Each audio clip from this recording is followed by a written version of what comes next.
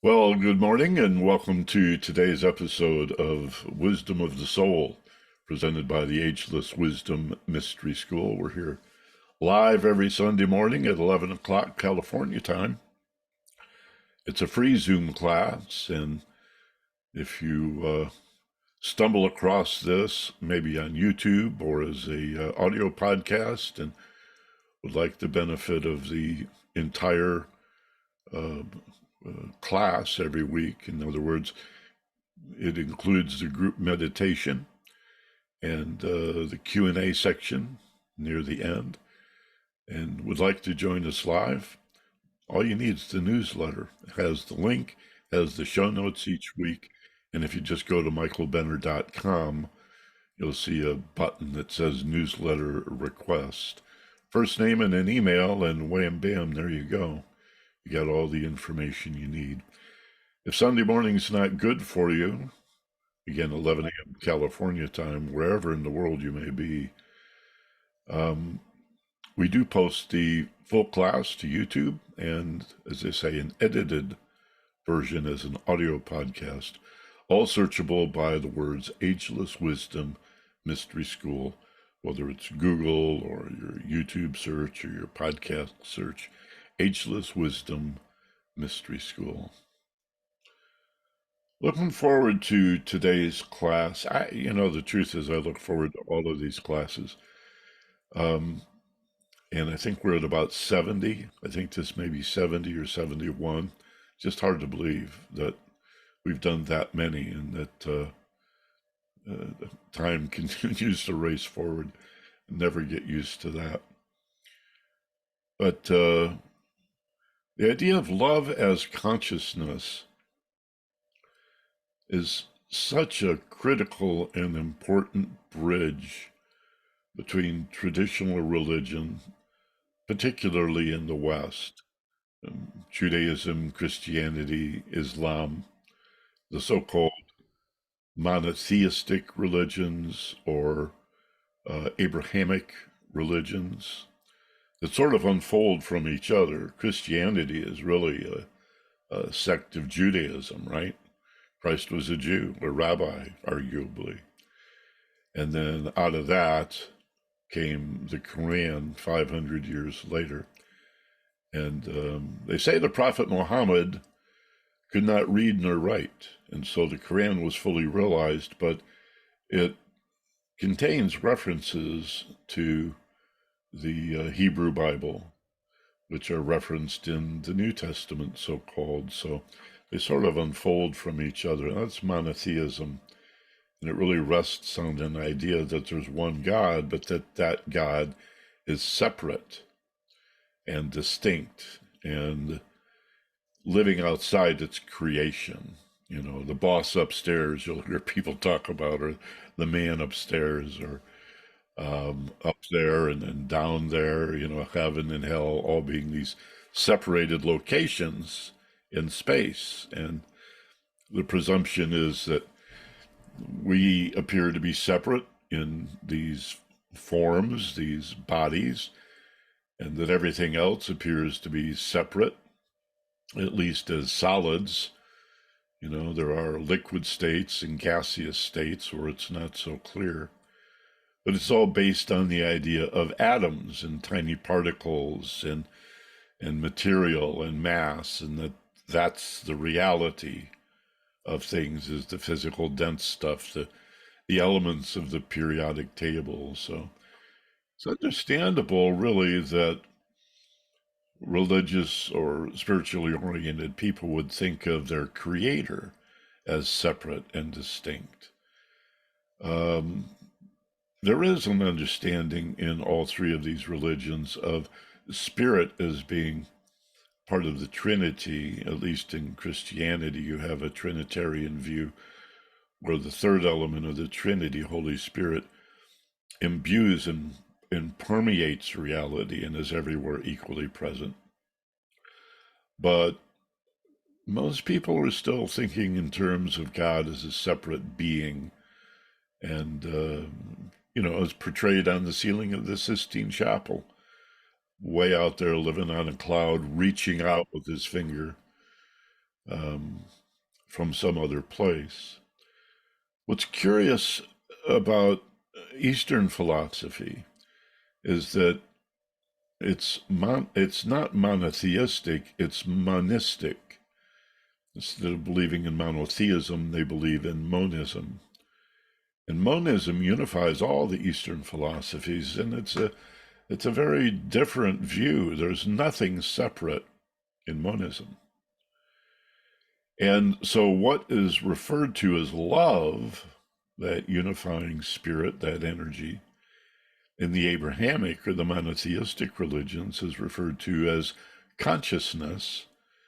In the Eastern religions and philosophies, really, there are the Vedas that go back 4,000 years or more that really predate the religions that we think of as or label as Hinduism or something of Buddhism as a religion. That's debatable. Many people practice it as a religion, but Buddha is not God and nobody worships Buddha. They seek to become Buddha-like. Imagine if a Christian, instead of worshiping Christ, sought to become Christ-like. Then you'd have a better understanding of the view in the East. But love as consciousness, that's a breakthrough. When you begin to realize that consciousness, which is awareness, which is understanding, and I've spent a lot of time reflecting on what are some synonyms for consciousness. How do we teach what's called the hard problem of consciousness? What does it even mean? Is it small c consciousness, to be conscious of this, but not conscious of that? Or is it capital C consciousness, which is a totality of awareness, or capital A awareness, the cumulative awareness that would exist even if there were nothing to be conscious of? You see? Somewhat like the way a sleeping person is conscious even though they're unconscious. You know, the word has multiple meanings. You say, well, he's not awake, he's not conscious, he's asleep or she's asleep. But they're dreaming and they're breathing and their heart is beating, and when they wake up they may even remember some of those dreams, and so we're conscious on some level. We hear the alarm clock if it goes off. We can program ourselves to wake up at any time we wish just by holding that thought in our minds as we fall asleep. So even when we're unconscious in sleep, we are conscious on some level. And Eastern philosophy has multiple states or levels of consciousness, even beyond the REM states of dreaming is deep non-dream sleep. And even beyond that, this idea of consciousness is fundamental. And so I want to talk about consciousness is fundamental to all things, the cause, the primal cause, the prime mover behind all things, and how it leads to the absence of self, of individual, or of otherness, non-duality, which Buddhists call emptiness. When you hear a Buddhist talk about emptiness, what is it empty of? Right? What it's empty of is a sense of self.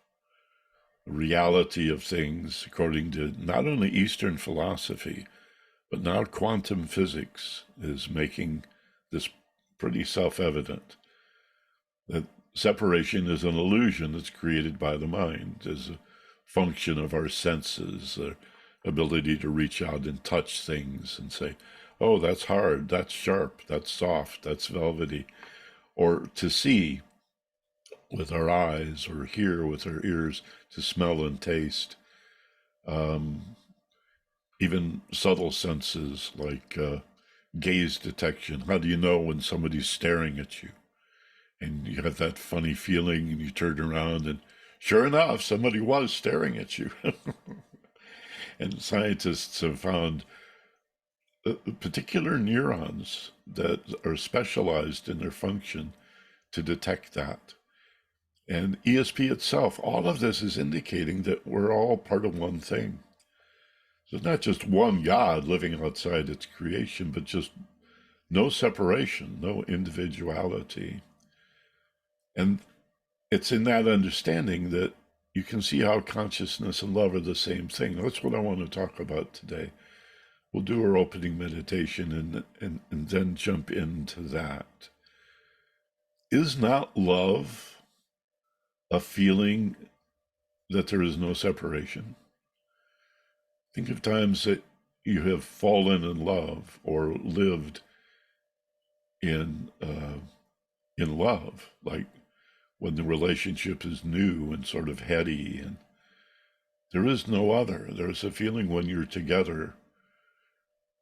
Someone once said love is not so much a feeling that comes from others, but the way we feel when we're with others.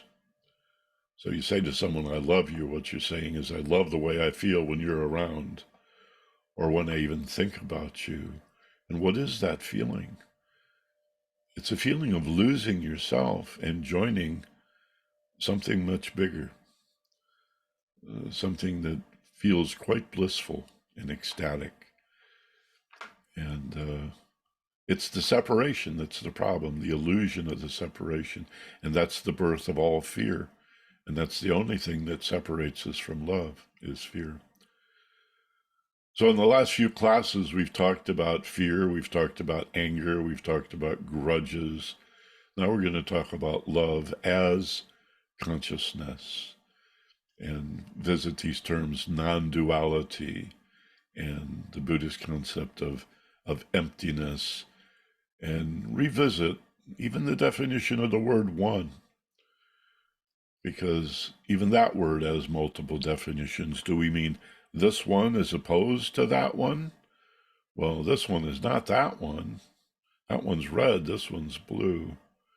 Or the one meaning the whole kit and caboodle, the whole thing. That's what we're going to play with today. Love as consciousness. All this talk in the Eastern religion about being more conscious, higher consciousness, elevated consciousness, expanded consciousness. And then in Western religions, it's all love. Well, what if they're the same thing? Indeed, that's the premise. And it's all awareness. So fundamental. It's the one concept you just cannot get behind. And that's why we meditate. That's what a meditation is being aware of being aware.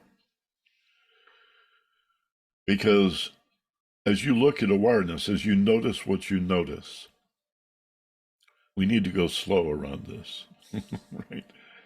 As you notice what you notice and notice that you are aware and that you have this capacity of awareness behind thoughts, behind feelings, behind behavior, a variable. How aware are you? More or less aware, depending on the situation.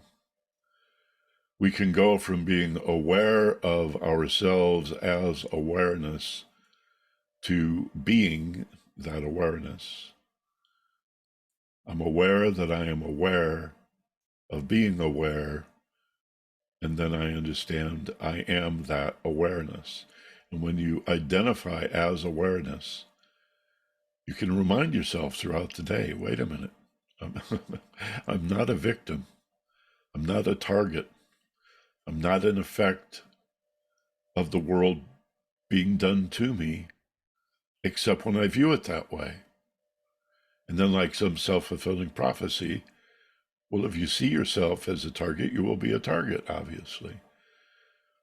But if you understand that this whole reality you see out here is being assembled in your head, you can take one step back or rise above it just a little bit and watch it happen and say, well, the reason we disagree is I'm looking at this differently. This person over here is looking at it differently. We think we see the same movie, but we're actually watching entirely different movies. It's a wonder we agree as much as we do. It's all in here. All of your happiness and all of your sadness, all of your misery and all of your joy and your freedom is behind your forehead and between your ears. Let's do a meditation. Close your eyes if you would. Get comfortable on the furniture. Settle in. Put a little smile on your face. And take 3 or 4 nice, slow, deep breaths, inhaling through the nose, if at all possible. Hold as you peak for just a moment and exhale just as slowly through the nose or the mouth. Pause for a moment before you inhale again. And think of this as a deep cleansing breath. In comes the good air. And when you exhale, think of exhaling or breathing out black, oily smoke. Out goes the bad air. In comes the oxygen as you inhale. Out goes the carbon dioxide as you exhale. When you do this, you are, of course, the breather. You are aware of your breathing. You have formed the intention. And you initiate the behavior. And then you breathe normally. Do that now. And did you feel the letting go? Your eyes are closed. You're sitting quietly. And yet you remain. And your body breathes itself. And you simply sit. And allow your awareness, your attention, to settle near the bottom of the nose, at the point where the air comes in and out of your body.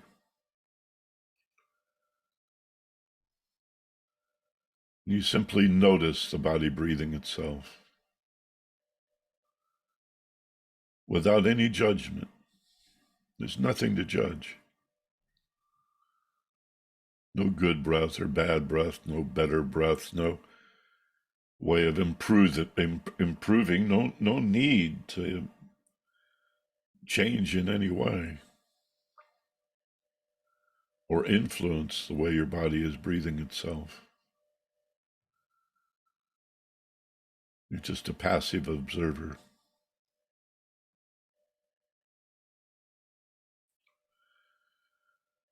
There's a quotation I like a lot from an old-time baseball player named Satchel Paige, who said, "Sometimes I sit and think, and sometimes I just sit."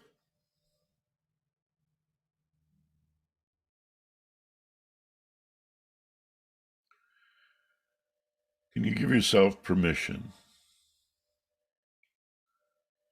to just sit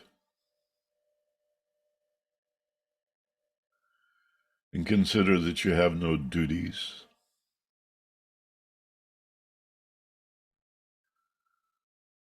or responsibilities,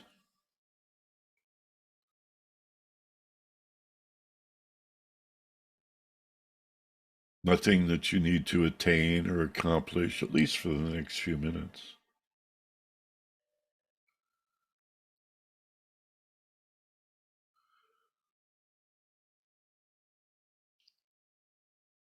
Or maybe there's something to attain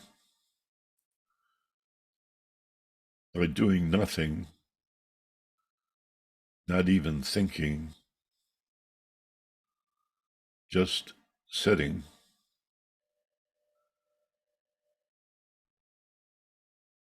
and allowing me,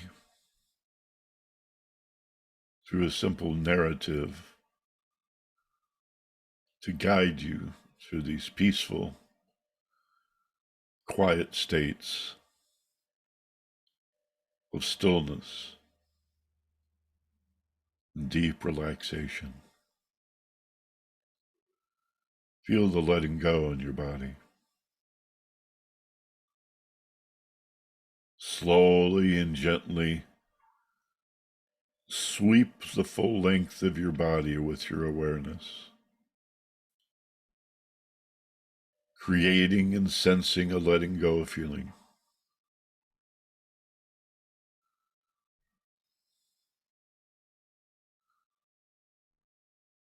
All that muscular tension that you're now dropping comes from attachment and resistance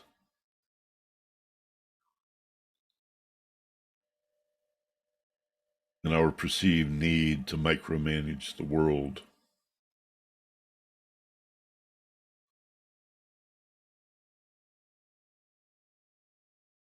I would not argue that there are times we need to do that. If you're going to get in a car and drive down the street, much less a highway or a freeway,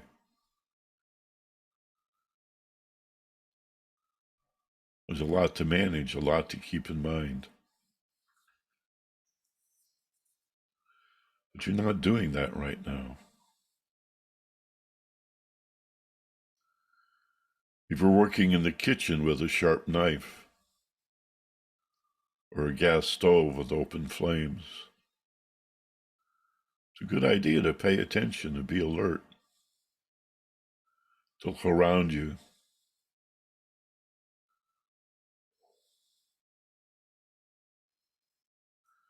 But you're not doing that right now.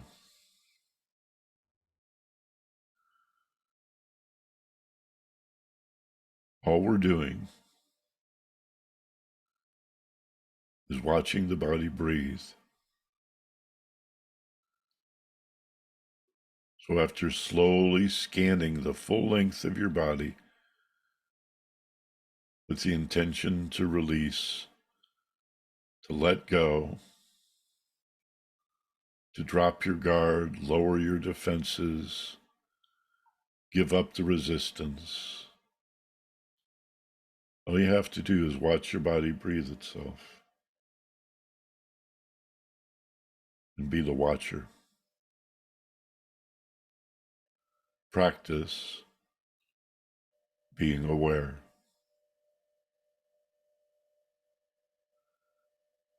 In this case, simply aware of this is an in-breath, this is an out-breath,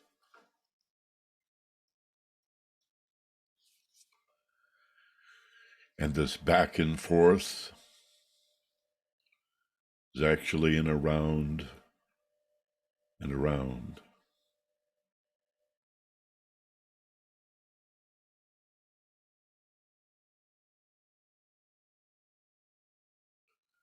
This whole universe is but energy. And energy vibrates at different frequencies, but it always vibrates. It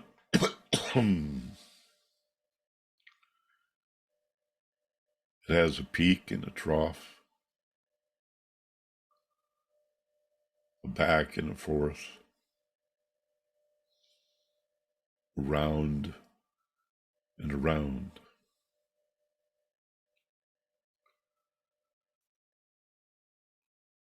There is no thing that is not a vibration.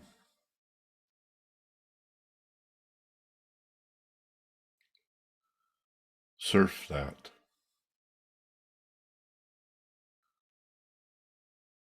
Relax, bend your knees, sit back,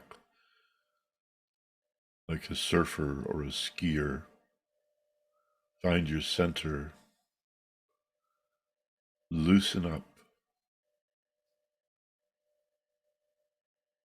surf those energies.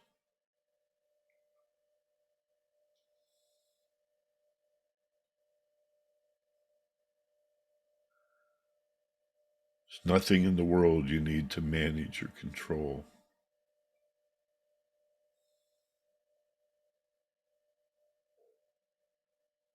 Only our response to it and the way we look at it. So watch.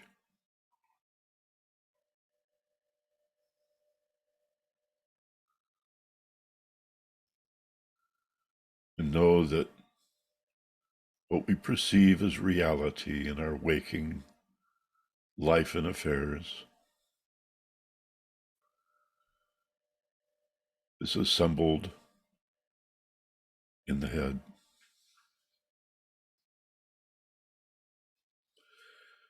What we see is but a vibration of frequencies. Each frequency a different color.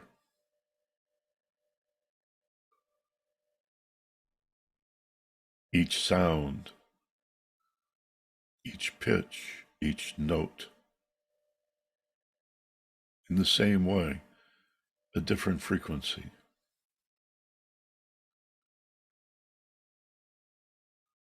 And the colored light travels along the optic nerve to the back of the brain and is assembled into images inside your brain.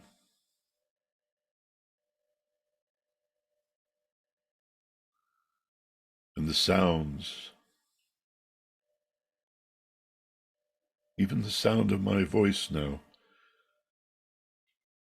going into the microphone in front of me, vibrating along the wires, vibrating through the computer, through my modem, through the internet, to you and your computer. And there's a speaker or headphones or earbuds that vibrate and move the air. It's quite miraculous. That then vibrates your eardrum.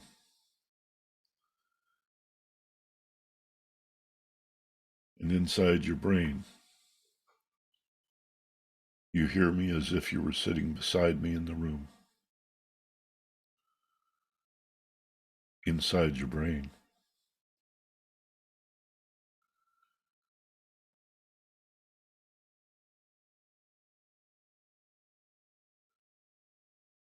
And fragrance is a chemical phenomena, but similar, a perception in the brain. And taste, and even touch. Consider touch.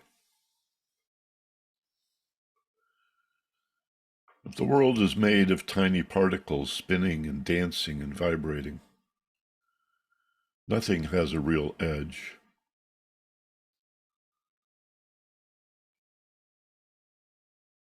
And the most solid, the most dense object is less compact than a snowstorm. And that's true of the objects that we touch and the fingers with which we touch them. It's energy, feeling energy. It's vibration. It's back and forth and up and down, here and there, to and fro, around and around.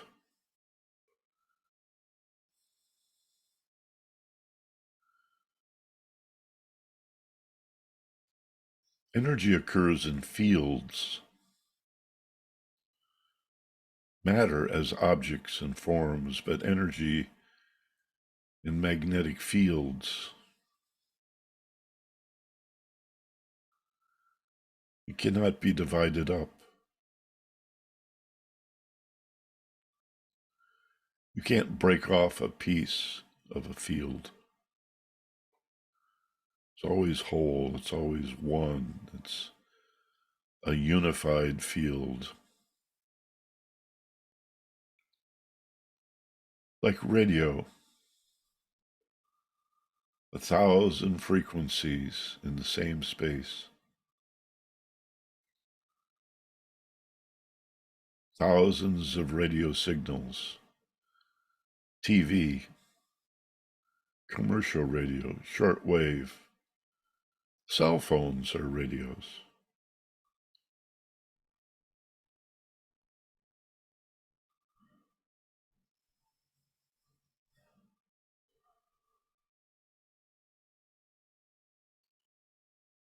And yet they never get mixed up or entangled or cancel each other out because each is a distinct frequency.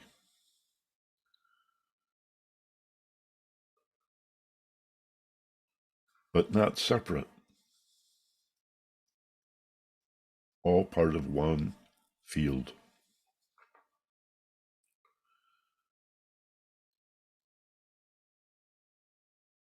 Consciousness, love,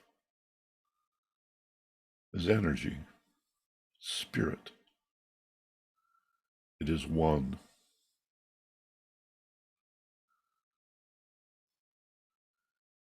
And you can feel it when you call it love. You know the feeling of dissolving when you love someone,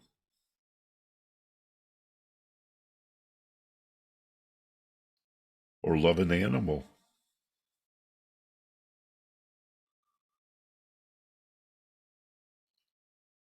or love the countryside, or the forests, or the meadows, or the ocean. Your feeling of separation melts away, doesn't it? You feel safe. You say, I love this.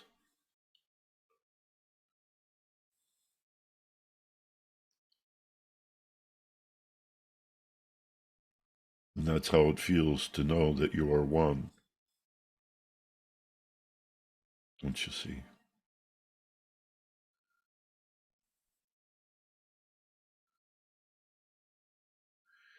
Instead of thinking of yourself as this separate individual, attempting to comprehend the wholeness of it all, be the one.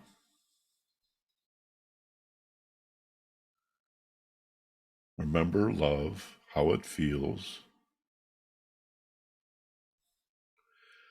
how your problems fall away when you experience true and deep and profound love. How everything feels like it's okay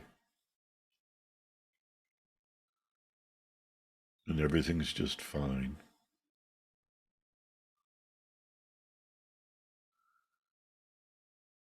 And it feels peaceful and safe, loved, loving, and lovable because you're whole.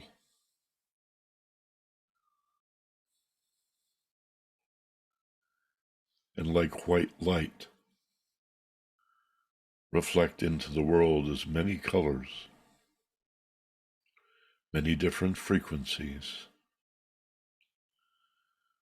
many different musical notes,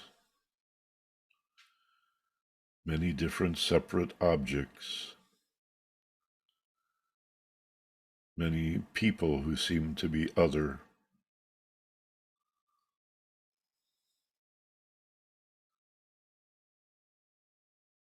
The consciousness that is love the love that is consciousness,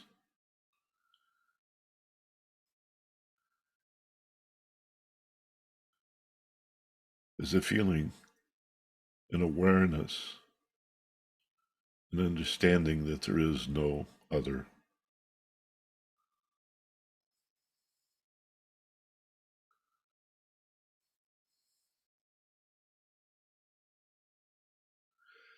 And what a delight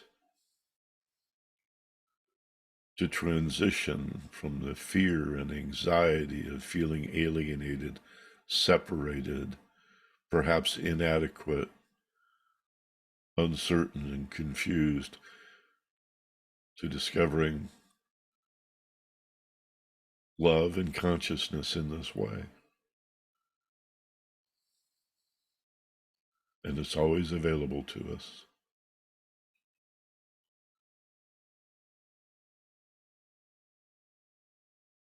So tell yourself now, silently and internally, this is how it feels to be whole,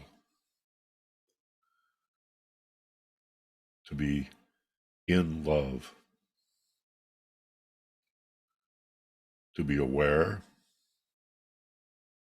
to understand,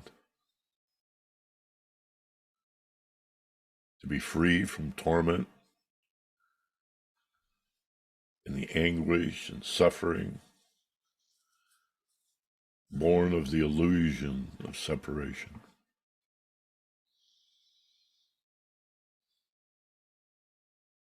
This awareness heals you,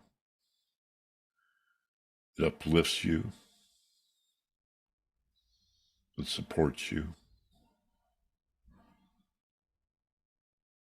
it accelerates your evolution, expands your horizons,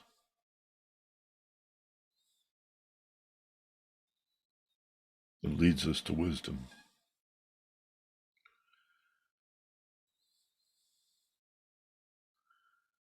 The elevated perspective of the soul on high, above and free of form.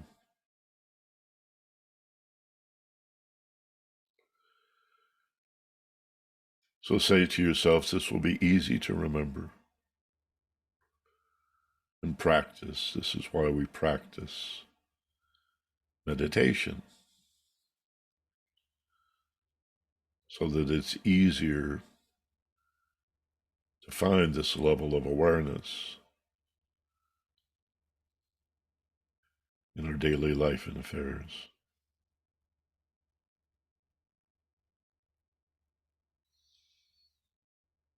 Form the intention now to return to the waking state.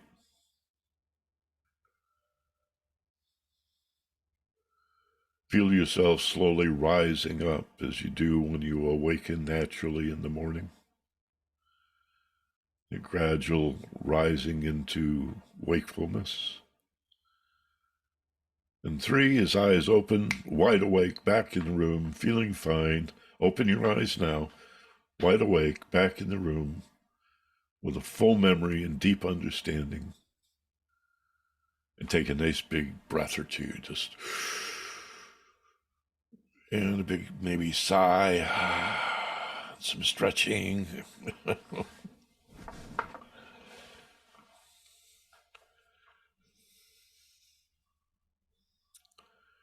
Good. Welcome back. I just realized I didn't put my earbuds in, but that's that's my issue. Uh, there's a reason for that, but I'm not going to go into all of it. Has to do with the audio podcast anyway. So I was unaware of not wearing my earbuds. So I hope that has some relevance for you and some impact. The beautiful thing about it is you can spend decades, literally, reflecting on this, and it always feels new.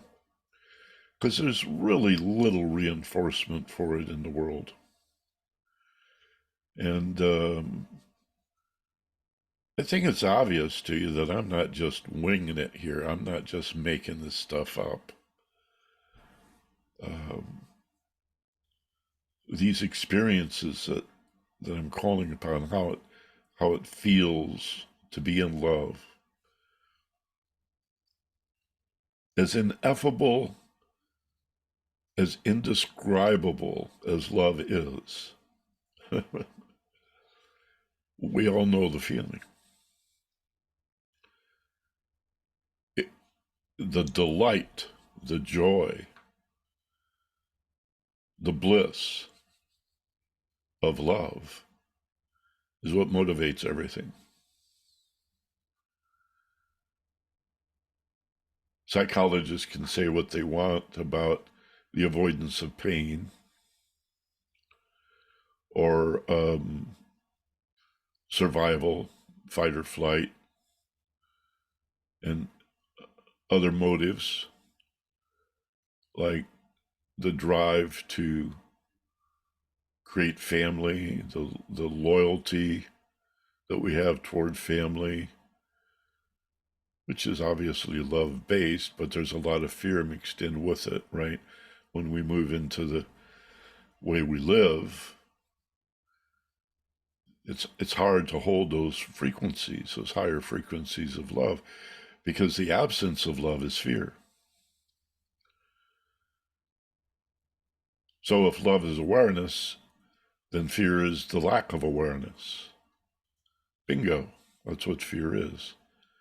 I said it last week and the week before. It's the core principle of my book, Fearless Intelligence, that fear has nothing to do with danger. Nothing at all. Fear is a feeling of not understanding, of being unaware. It's the antithesis of love, which is awareness. Problem is, I can't say fear is unawareness, therefore it is unconsciousness, because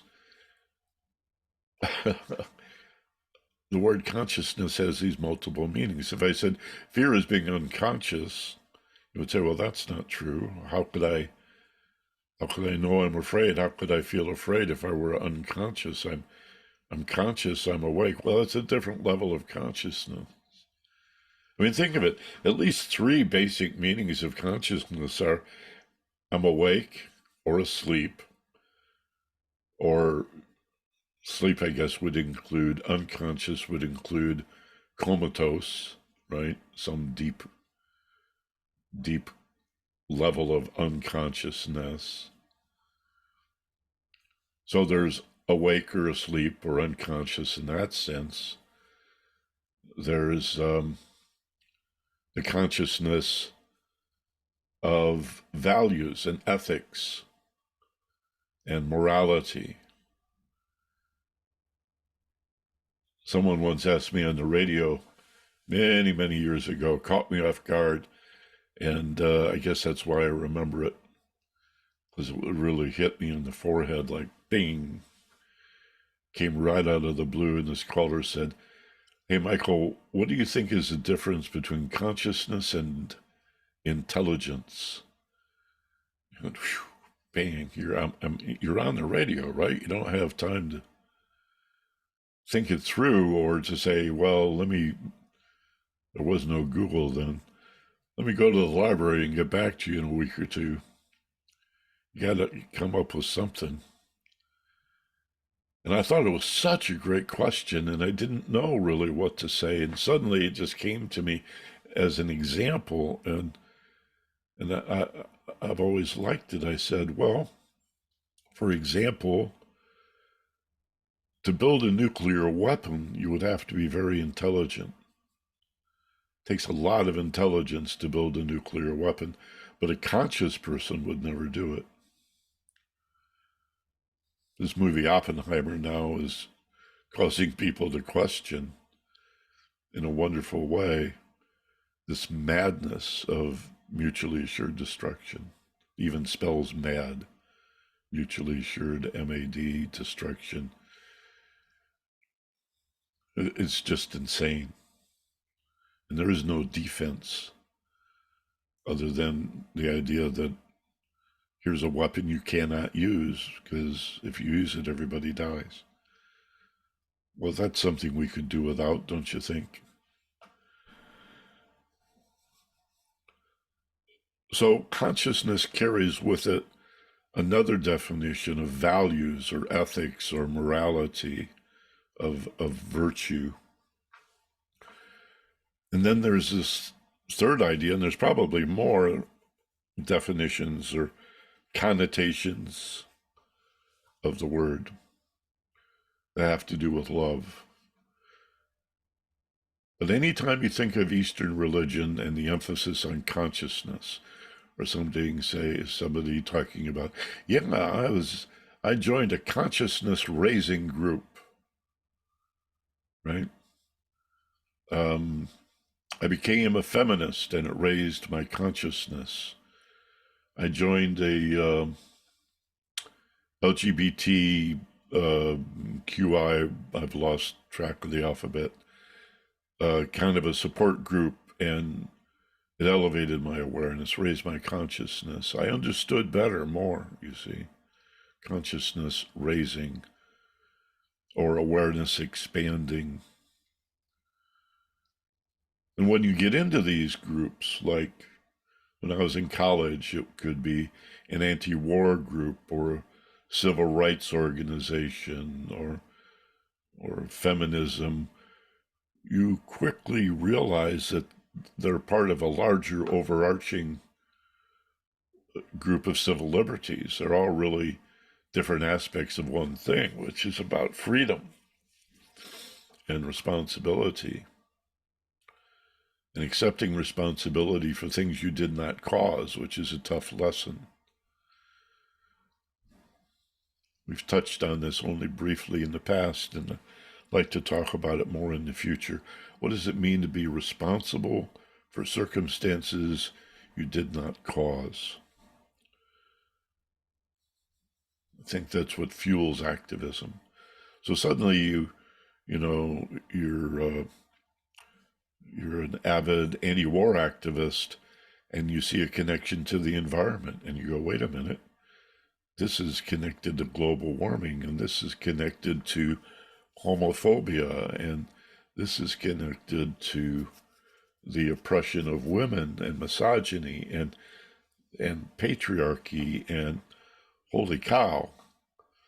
And you start to zoom out or elevate your perspective and say, well, this is all a function of the parts fighting other parts. That's an important way of talking about what's happening in the United States and to a large extent the world right now. Is we have leaders, politicians and others, who find a value, they find power and money in turning us against each other. We've always had our differences and celebrated our differences, but rarely have we said the enemy is within. We did have a civil war because a big part of the country thought it was okay to own other human beings, bondage, slavery, and their economy became so dependent on that, and the lifestyle of sitting on the front porch in a rocking chair with a mint julep watching other people bring in your crops was something they didn't want to give up. And racism now is largely continuing as a way of refusing to accept the horror of slavery. So white supremacy is about demeaning people of color as a way of dealing with the guilt of slavery rather than just accepting what a horror it was. Slavery was a horror on the level of the genocide of indigenous people and Hitler's Holocaust and the Armenian Holocaust and pogroms around the world, Chinese and Japanese, and man's inhumanity to man. Beware of those who use fear to turn us against each other. whoever that other is. Right? We're very binary. Remember that temptation to go to the binary. If Putin's war in Ukraine upsets you, don't let it spill over to a hatred or a fear of the Russian people. They're just as brainwashed as Americans. There are no good wars. There are no good bullets. There are no good bombs. Very easy. It's like somebody said to me the other day, Michael, can you tell me why the progressive left is suddenly in favor of war? Given this Russia-Ukraine thing, I said, yeah, it's totally understandable. But we need to go beyond the right of Ukraine to defend itself and the fact that we're supplying the bullets and the bombs. We're paying for that war. We see the profit in it all. And we've forgotten that there is a position beyond war. I think a lot of us have forgotten. Maybe we could remind ourselves and each other that, as we used to say 40 or 50 years ago, war is not healthy for children and other living things. This deliberately naive statement that we make to wake people up. There are no good wars. Only 85% of the money we spend on our military, $780 billion a year, 15% of that is for defense. 85% is to support combat troops in 150 other countries. That is not conscious. That could not be happening if we were conscious. And if we knew that consciousness is love, that love is consciousness. And what that all means is that there's just one thing here. There's only one of us here, one thing at work. If the antithesis of love is fear, you would expect someone to come along to use fear, which is ignorance and confusion and a lack of understanding, to promote separation.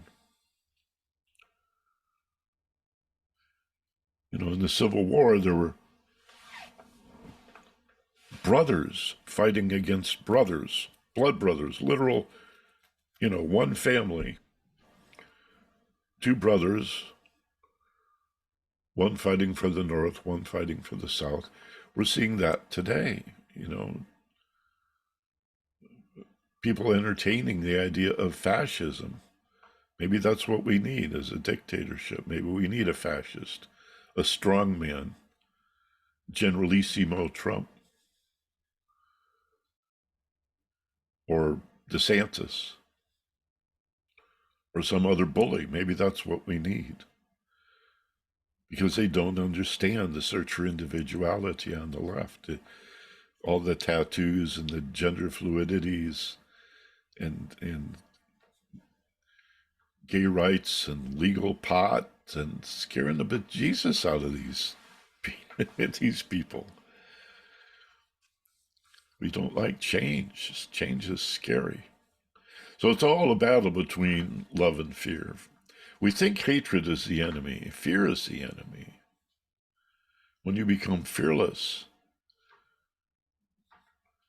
you develop your consciousness. You become more loving, loved, and lovable. A word that I don't often use, that I'll use now, share with you, is non-duality.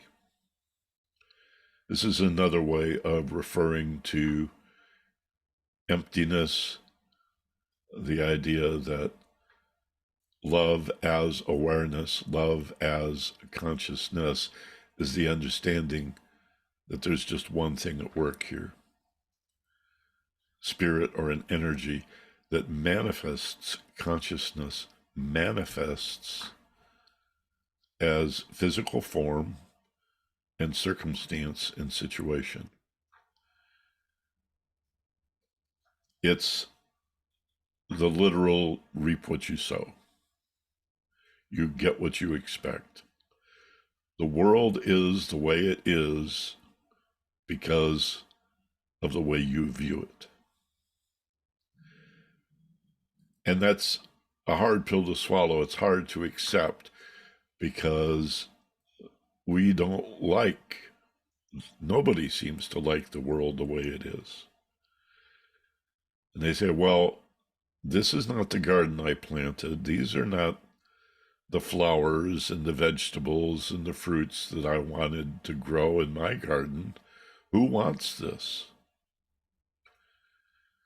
Well, reap what you sow. And the idea of life as a reflection of what's going on in our heads is not limited to what we want. It's a reflection of who we think we are and our belief in separation and the other. So fundamentally, it's our fear of the other. It's that we don't understand what appears to be other, that we create this whole mess, whether it's war, nuclear weapons, climate change. That's a bad word. That's a bad phrase. Not climate change. Global warming. We need to use the right words here. Climate change is a euphemism. It's designed by Republicans to make it seem, yeah, the climate changes 4 times a year. No, it's global warming. It's caused by greenhouse gases. It's man-made. And I guess you heard, this is July 31st, right? When we record this. This July, this month we've just completed, is the hottest on record. And that record doesn't just include the 150 years that we've had thermometers. There's geological evidence that scientists can figure out how hot it's been across the millennia. So the last time the Earth was this hot seems to have been about 120,000 years ago. And it was followed by an ice age. And, you know, no scientist is saying it's always going to be this hot. What'll happen is that human beings will begin to die off and maybe even at some point become extinct. And the Earth will right itself, and maybe there'll be another ice age, and maybe enough humans will survive that there'll be a whole new species of humans. I think there have been 9 or 10 species of humans, all of which are now extinct. I don't think most people are aware of that.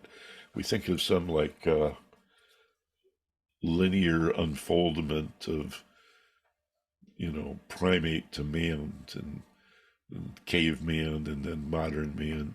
No, there are 10, I think 9 or 10 distinct species of humans that have all become extinct, except for one, and that's the Homo sapien. Some of whom, there are some white people, Europeans, who carry Neanderthal DNA, by the way.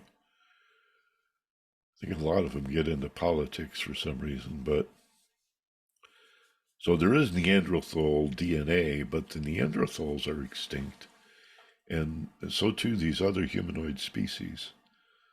So it's possible that the Homo sapien, the humans that are on the planet now, will be replaced by another species. And this may be the true nature of the apocalypse. Not just the end of the world, but the beginning, actually, the beginning of a kingdom of conscious souls. Imagine human beings who are aware of themselves as spiritual beings, as part of a unified whole network. What does the greeting Namaste mean? It's a beautiful word. It's like Aloha. It means, I see God in you. The God in me sees the God in you. The wholeness, the oneness in me recognizes the oneness in you. You and I are spiritually connected. We're different branches of the same tree. We're part of one thing. Namaste. Far out. Now let's talk to each other like we're different human beings, separate in form, with our own agenda and our own minds and our own volition, but unified as spirit, unified as energy, unified in the heart. as love so that you can get to the place where you love everybody. You don't have to like them. There's a lot of unlikable people. You don't have to tolerate abuse. If people are abusing you, the fact that you love them doesn't mean you have to stand there and tolerate the abuse. That's what compassion is. Got to do more classes on compassion. Compassion is you love them in spite of their abuse, unlikability, based on recognizing that they are their own worst enemy, and as nasty and as mean as they are being to you and as hurtful as they're being to you, they suffer even more as a result. That's my understanding. That's my go-to definition for compassion, is looking at a cruel, evil, mean, nasty person and imagining how much they must suffer as a result. Think of times that we behave that way, regrettably, and the suffering that we put ourselves through. And you say, well, that's because I have a conscience. Well, most people do. That's what a psychopath or a sociopath is. A person devoid of a conscience. And it seems to come from severe childhood abuse. That a person would completely lose touch with their inner guidance, with their intuition, their inner tutor, their intuition, their conscience, and their empathy. Lost. No empathy at all. In fact, often replaced by masochism. This is where the sociopath or the psychopath, and there's not much of a difference between those two. Those are pretty interchangeable words. Really enjoys watching other people suffer. Whew. That's sick, right? That's a major illness. To enjoy watching people suffer, to get off on that. This is where the serial killers come from. They start usually by tormenting animals, killing animals and enjoying it, getting off on it. There's no shortage of books about serial killers. I mean, TV's full of it too. And the most popular podcasts are true crime. I was surprised to find that out. It continues to be the case for years and years now. True crime stories are the most popular podcasts. That's what people are listening to. Some curiosity about that. No, the way traffic slows at an accident. Everybody wants to watch the train wreck, or do they really go to the do they really go to the car race to hope that there's a big crash because it's exciting? Our morbid curiosity are we really that twisted? So when consciousness comes into form, when we incarnate in these separate bodies, we become fearful, and ego is manifested to represent that fear. That's what ego is. The quotation in this week's newsletter was by the physicist Max Planck saying, forget exactly how he put it, but one of the primary actions of consciousness when it incarnates into a human being is the ego nature. Ego is fear-based. Ego is for survival. Ego is the part of you that identifies as separate and alone and alienated. Ego must die in order for there to be love. It's the only way a marriage will work.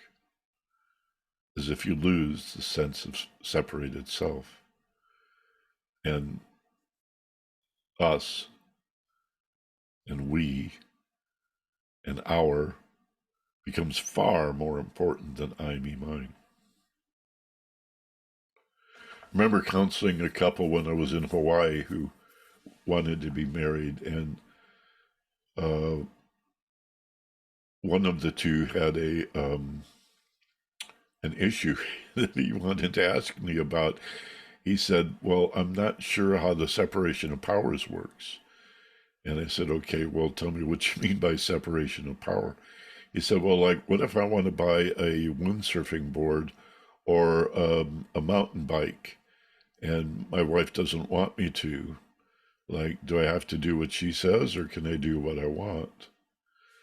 And there's that binary either or, right? As if there's no middle ground. And that was his big fear, of losing his power in a marriage. That was his hesitancy to committing to the marriage. I will lose my power. You will not lose your power. When you join a team, you don't lose your power, but you do lose the self. You need to lose that illusion, that delusion of individuality, of being separate and unique, and having to fight with the other parts. Love is the longing of the part to be whole. That's where I'm going to leave it today. I think Plato may have said that, but I haven't been able to trace it to Plato, so I'm not sure where I got that. But it's echoed around in my brain for a long time. Love is the longing of the part to be whole. Love is the longing of the heart to be whole, the longing of the heart to be healed. In many ways, incarnation is the soul being ripped from the bosom of oneness and slammed down into these separated bodies. Why? For the delight of rediscovering, through love, our wholeness. It's all about delight. It's all about joy. It's all about love and finding that wholeness. Forgiveness, mercy, kindness, loving kindness, tolerance, patience, and then learning how to do that in a world filled with fear. It's it's a real challenge, isn't it? It's a real challenge. So it's 10 after. Let's go to some Q&A, some CQ&A. I like to say comment, question, and answers. And you can just stick your hand up or send a little note to Melinda. She's our co-host today, and say, I have a comment or a question. The chat box is a way to sort of formulate it into something concise. But all you need to do is just send a message that I want to comment or I have a question about love, consciousness, wholeness and separation, love and fear. Mindy? What do we got? Nobody so far. I know somebody's thinking of something. That was, oh, here's Jack. Go ahead, Jack. Took me a second to unmute. Yeah, I think I'm beginning to understand the practicality, actually, of the statement that we should love our enemies and pray for those who despitefully use us. And where I'm seeing this is the difference between kind of the old left of Martin Luther King, who I think had such a profound effect, partially because love was up front. And what I'm seeing with my friends who are sort of leftist progressive, and motivated by a sense of justice, but are becoming increasingly angry and sort of totalitarian in their thinking, so that now they're actually for, more and more, I don't know, actually censorship, government forced control of everything, and are sort of more and more hostile to other people. And I don't think we're going to, I think we definitely want justice. We want things to be better for everybody, and certainly for justice for those that are sort of more victimized by, larger systems. But justice without a larger sense of compassion is never going to be justice. It's going to be another version of injustice and cruelty. If you don't love your enemy, you're not going to be able to deal with them in a way that is actually righteous. You're only going to have sort of eternal conflict. And I think it's possible. I mean, again, Martin Luther King, yes, there were, real fights involved, but he won by convincing people that this was right, that this was good, that this was loving. And partially that was because he acted in a way that was loving. He did not take up, I hate my enemy. He did not say that his enemies were inhuman or evil, even though they sure acted that way often. I mean, it was pretty frightening and terrible what he was up against. But he treated everybody as human. And I fear that so much of the what I think of as the left, and I think I'm more to the left than most of my lefty friends, they've lost that. Of course they've given up on religion, because religion is all bad. But where's their spirituality if they don't have love, if they don't have forgiveness? They have righteous justification because they're right and the other people are wrong. So they therefore are entitled to destroy the other one. And that's the same excuse that every dictatorship has always used. Every war, everyone, even Hitler, justified what he did by saying it was good. And it was, to help. Yes, of course, people can always justify what they do, but is it actually loving what you're doing? And, maybe it's a little harder to be loving when you're constantly angry, but, recognizing that, and it's certainly more subtlety is involved in recognizing that your enemy is actually a human being, and terrifying to think that maybe they might actually be right about something, that you could be wrong, because, so much of this justification is based on I am right, which is being right is like the most powerful drug in the world, and it's very addicting. I am right, the other's wrong, therefore whatever I do is right.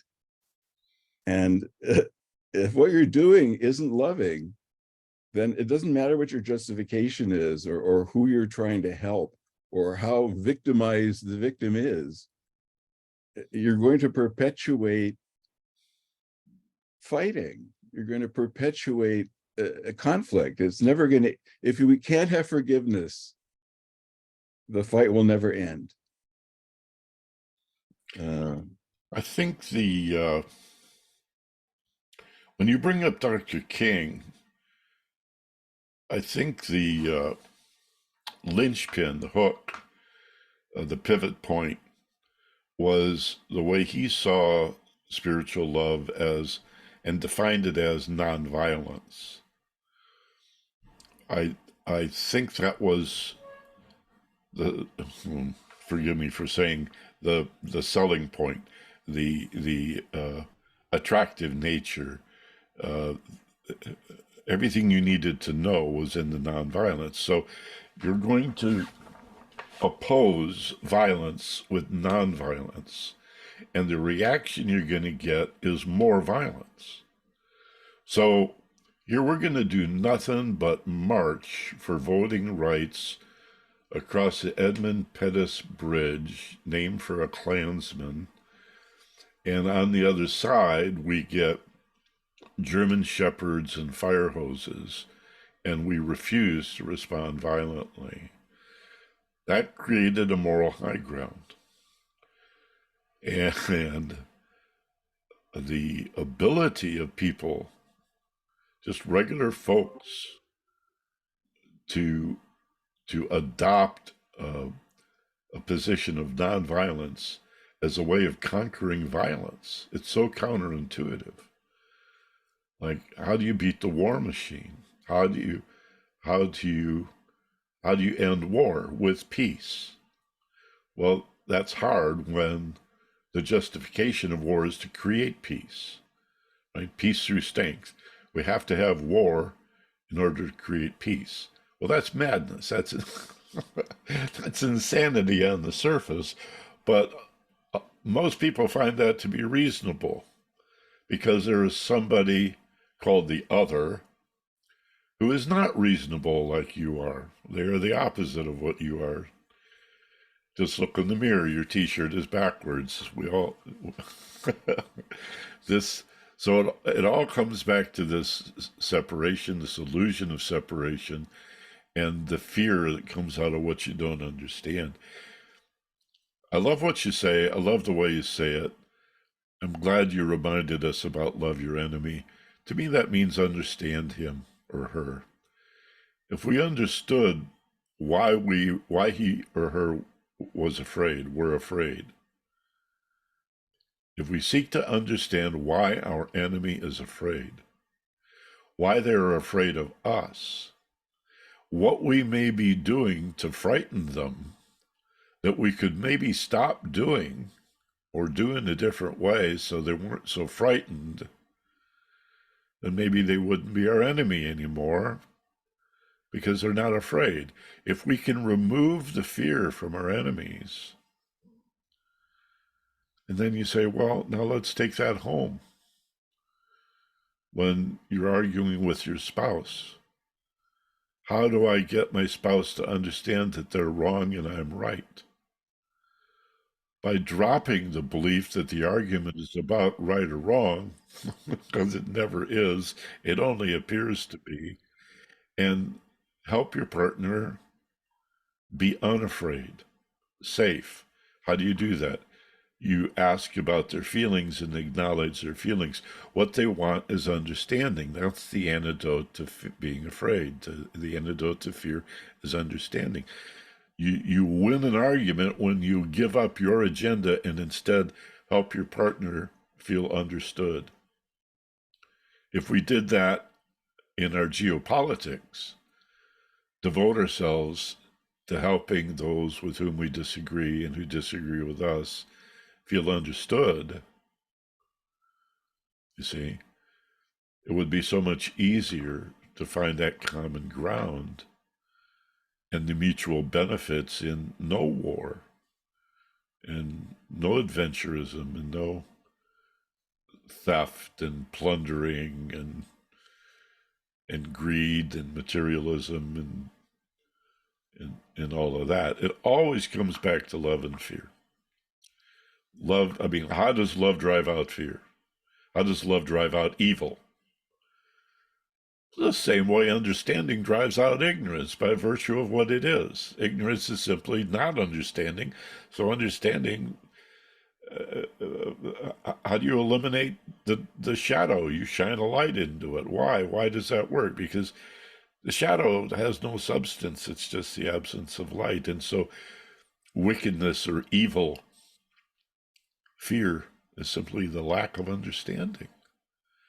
And so anytime we find ourselves afraid and becoming like the enemy, we have to take a breath and relax. That's why we're all here on Sunday. That's why we do this, right? So we can remind ourselves of this. Oh, yeah, I remember now. I remember. I've got to meditate. I've got to relax. I've got to eliminate the fear within me by understanding myself. And that will allow me to empathize and better understand the appearance of others. Now I'm not afraid of them. Then you become fearless. That's my book, Fearless Intelligence. Now you're a spiritual warrior. You are fearless. People don't frighten you. You understand, they're just those who appear to be mean and nasty and cruel, who are being mean and nasty and cruel.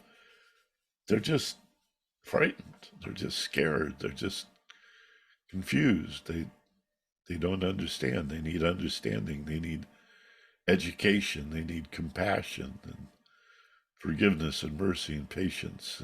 But we've got to keep reminding ourselves of that, because too much TV news, too much time on your phone, too much overstimulation and stress creates exactly what you're talking about. Good, progressive, liberal people working for social justice, peace and justice suddenly become like the enemy. That's Pogo. I've seen the enemy. It's me. We become, remember Spy versus Spy in Mad Magazine? Yeah. Yeah. They were opposite but identical. Identical. Thanks, John. Thanks. Hanif has an interesting question. Hello, Hanif. Good morning, Michael. I'm going to try and articulate the best I can, but the basic premise of the question is, can somebody be so oblivious or unconscious that they don't know they're conscious? Can they be kind of, basically another way to put it is, can people be just alive, breathing, and sleepwalking? Yeah, to a large degree, I think, but not completely, never completely. They would have to be comatose. But what's your sense of it? Let me turn it on you. What's your sense of that? My sense is that, people go around, let me kind of boil it down to real, very simplistic terms, I mean, you see people driving completely crazy, like was it yesterday or day before yesterday? This young lady cuts me off. I'm going down the road at about 40 miles an hour, runs out of a shopping center driveway to turn left while I'm going straight on a four-lane road. And then when I honked at her to get her attention that she was going to, that I would have hit her, she flips me off. So that's kind of the question is, are people so unconscious when they're doing this thing, or they just, another way to ask the question is, or have people become so full of themselves? Well, that's the ego. What I begin to notice as I work on myself is just about the time that I get frustrated with the obliviousness or the the unconsciousness of others, and I start to judge them as stupid and curry my frustration about having to live in a world with stupid people. Just about the time I get to that point, I become them and do something stupid. An example that comes to mind is my frustration. It happened to me at Trader Joe's just a few days ago. It's hilarious. There's this place in Trader Joe's in the produce section. They put all the good stuff in the corner. All the strawberries and the blueberries and the grapes and all the berries are in one corner where these two shelves come together in a right angle. So this woman has pushed her cart into that corner, and she's standing there going through the berries, deciding what she wants. So I sort of line up behind her, and, I don't have a horn I can honk. And so I just sit there and I'm patiently waiting for her. And she's oblivious. She's got no idea that she's blocking this entire area with her cart. And having no peripheral vision, paying no attention. And now it's 3 minutes and 4 minutes. It's like she's going over every berry individually. And suddenly, I'm looking at her, judging her for being so oblivious. And suddenly a voice behind me says, "Excuse me, sir, I'm trying to get to the cucumbers." And I realized I'm doing exactly the same thing. You see, I'm just as oblivious as she is as a result of me judging her for being oblivious. And so I had to chuckle at myself. All of that's true. She was oblivious. I was correct in judging her as oblivious, but while I'm doing that, I too became oblivious and unconscious, and that's just, it happens.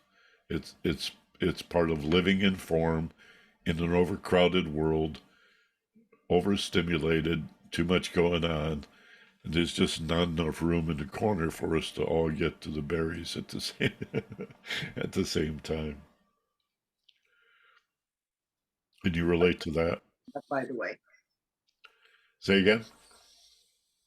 Larry has his hand up, by the way, when you're done. Okay. You have any more on that, Hanif? No, Michael, I think your example about the berries and the cucumber kind of puts it in real good perspective for me. I should have just kind of said, okay, Yeah. she's being a jerk. I just don't, if she flipped me off, I don't need to respond back in kind. Just kind of keep going. Yeah. We've all been on both sides of that. That's right. Thanks, Michael. Thank you. Larry.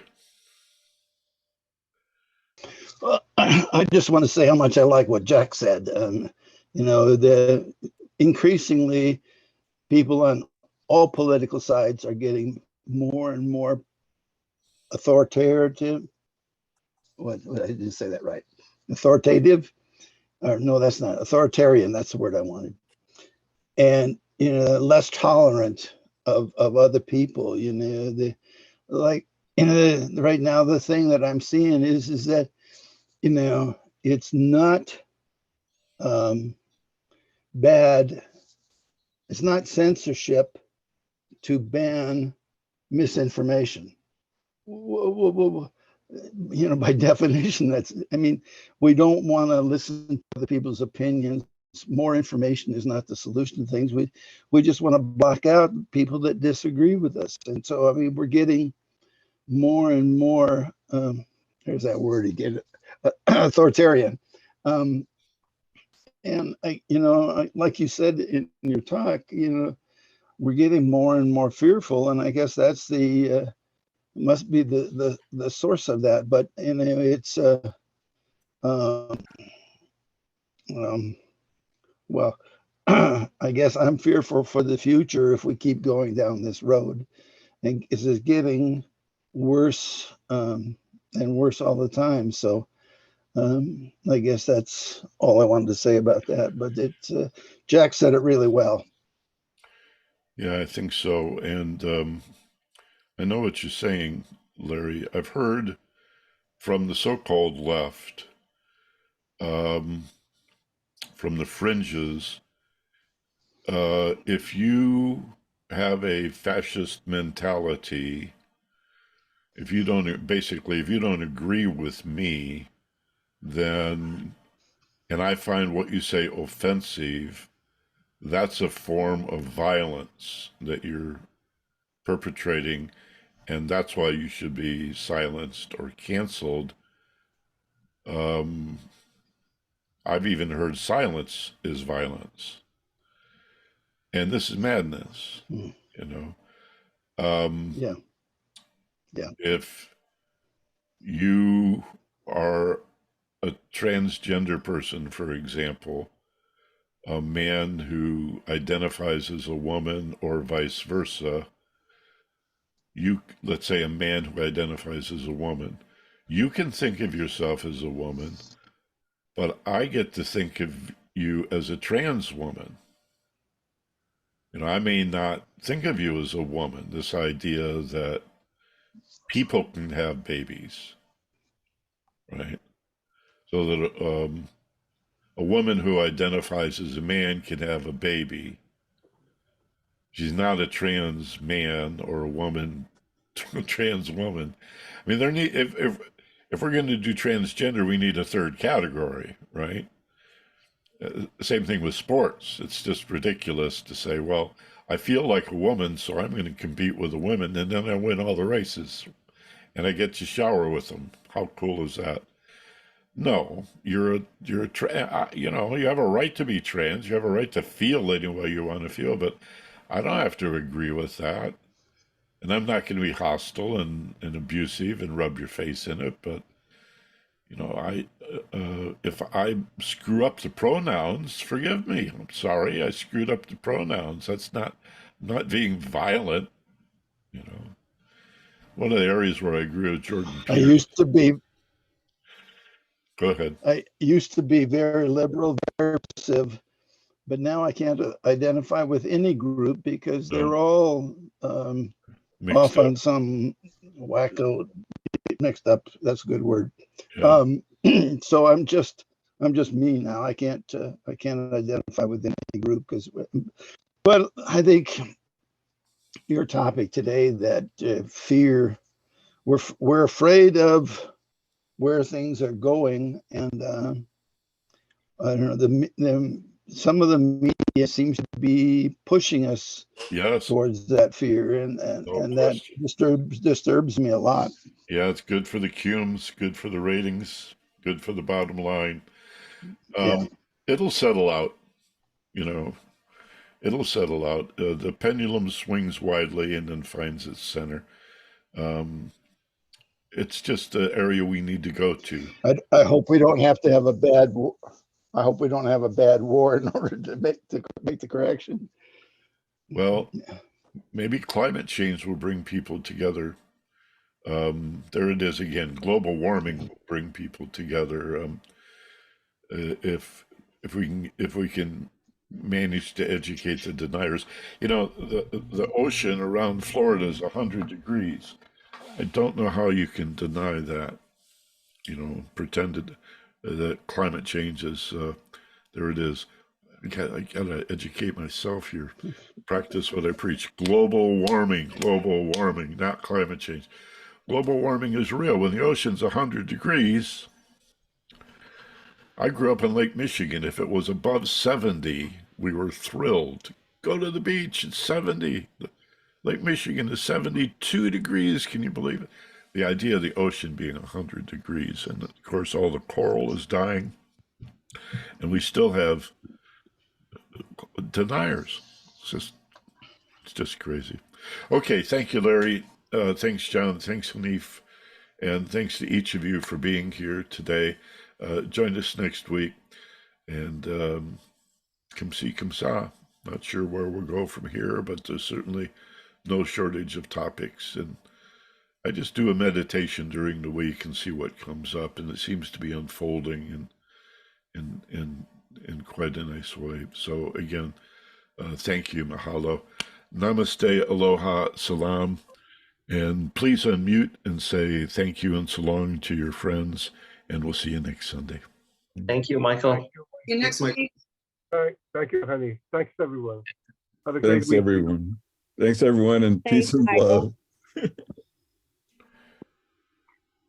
Have a wonderful new week tomorrow. Thanks, Thank Michael. you to everybody.